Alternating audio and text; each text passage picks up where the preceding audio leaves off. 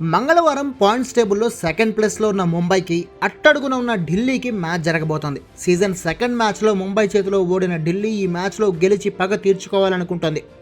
దానికి తోడు లాస్ట్ 2 మ్యాచ్ల్లో యూపీ చేతిలో దారుణంగా ఓడిన ముంబై స్ట్రగుల్ అవుతుండడంతో ఇదే కరెక్ట్ టైం అనుకుంటుంది జమీమా ఆర్మీ. అలాగే ఆర్సీబీతో మ్యాచ్లో స్టార్ ఓపెనర్ షెఫాలి వర్మ ఫామ్లోకి రావడంతో ఈసారి ఖచ్చితంగా ముంబైపై గెలుస్తామని ధీమాగా ఉంది ఢిల్లీ టీం. కానీ ముంబై మాత్రం లాస్ట్ 2 మ్యాచ్లో యూపీ చేతిలోనే 2 సార్లు ఓడిపోయిన అవమానాన్ని ఈ మ్యాచ్తో తీర్చుకోవాలని, ఢిల్లీని ఈ మ్యాచ్లో కూడా ఓడించి తిరిగి విన్నింగ్ ట్రాక్ ఎక్కాలని పట్టుదలగా ఉంది. ఈసారి కూడా ముంబైకి హర్మన్ కెప్టెన్సీ ప్లస్ అయితే ఢిల్లీకి జమీమా కెప్టెన్సీ మైనస్ కాబోతుందనేది మాత్రం 100% పక్కా. ఇక టీమ్స్ గురించి మాట్లాడుకుంటే ఢిల్లీలో షెఫాలి వర్మ ఫామ్లోకి రావడం ఆ టీంకి కలిసి వస్తుంది. అలాగే లెస్లీ లిలీ, లోరా వాల్వాట్ కూడా ఈ మ్యాచ్లో కమ్బ్యాక్ ఇవ్వచ్చు.